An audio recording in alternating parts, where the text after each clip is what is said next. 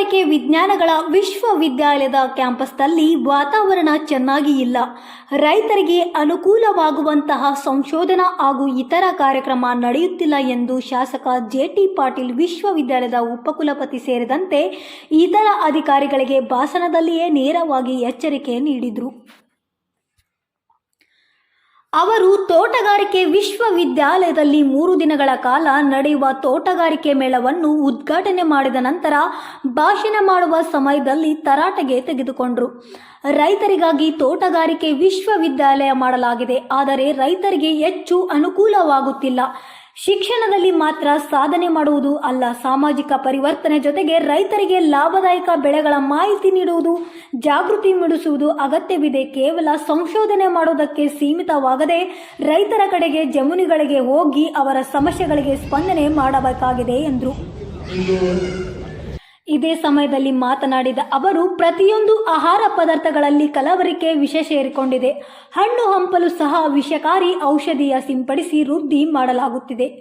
ಆದ್ದರಿಂದ ಸಾವಯವ ಕೃಷಿ ಪದ್ಧತಿ ಉತ್ಪಾದನೆ ಬಳಕೆ ಕುರಿತು ಶಿಕ್ಷಣ ಜೊತೆಗೆ ರೈತರ ಜನರಿಗೆ ತಿಳುವಳಿಕೆ ನೀಡಬೇಕು ಎಂದರು. ಸಮಾರಂಭದಲ್ಲಿ ವಿವಿಧ ಜಿಲ್ಲೆಗಳಲ್ಲಿ ಕೃಷಿಯಲ್ಲಿ ಸಾಧನೆ ಮಾಡಿದ ಸಾಧಕರಿಗೆ ಸನ್ಮಾನಿಸಿ ಗೌರವಿಸಲಾಯಿತು. ಈ ಸಂದರ್ಭದಲ್ಲಿ ವಿಧಾನ ಪರಿಷತ್ ಶಾಸಕರಾದ ಪಿ.ಎಚ್. ಪೂಜಾರ್ ಮಾತನಾಡಿ, ರೈತರು ಆರ್ಥಿಕವಾಗಿ ಸದೃಢರಾಗುವಂತಹ ಹೆಚ್ಚಿನ ಸಂಶೋಧನೆ ಕಾರ್ಯ ನಡೆಯಬೇಕಾಗಿದೆ ಎಂದು ತೋಟಗಾರಿಕೆ ಅಧಿಕಾರಿಗಳು ಸೂಕ್ತ ಪ್ರಮಾಣದಲ್ಲಿ ಕೆಲಸ ಮಾಡದೇ ಇರುವುದು ಅಸಮಾಧಾನ ವ್ಯಕ್ತಪಡಿಸಿದರು.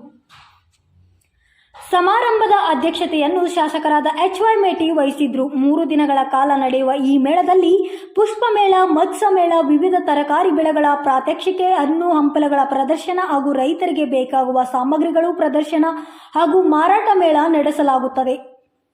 ಕ್ಯಾಂಪಸ್ನೊಳಗೆ ವಾತಾವರಣ ಚೆನ್ನಾಗಿಲ್ಲ. ನಾನು ವಿಷಯವಾಗಿ ಹೇಳ್ತೀನಿ, ಅದು ಯಾವ ರೀತಿ ಸರಿಪಡಿಸ್ತೀನಿ. ಏನಕ್ಕಂದ್ರೆ ನಾವು ಪ್ರತಿನಿಧಿಗಳಾಗಿ ಪಬ್ಲಿಕ್ಕಿಗೆ ನಿಮ್ಮ ಯೂನಿವರ್ಸಿಟಿ ಸಲುವಾಗಿ ನಾವು ಹೇಳ್ಬೇಕಂತಾವ, ಅದಾಗಬಾರ್ದು.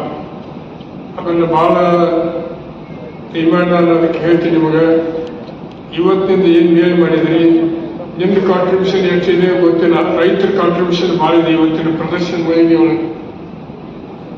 ಈಗ ಯಾವುದೂ ಸಹಾಯ ಇಲ್ಲ ಅಂದರೆ ಅನೇಕ ಉತ್ತಮ ರೀತಿಯೊಳಗೆ ಅನೇಕ ಬೆಳೆಗಳನ್ನ ಬೆಳೆದು ಪ್ರದರ್ಶನಕ್ಕೆ ಬಂದಿದ್ದಾರೆ.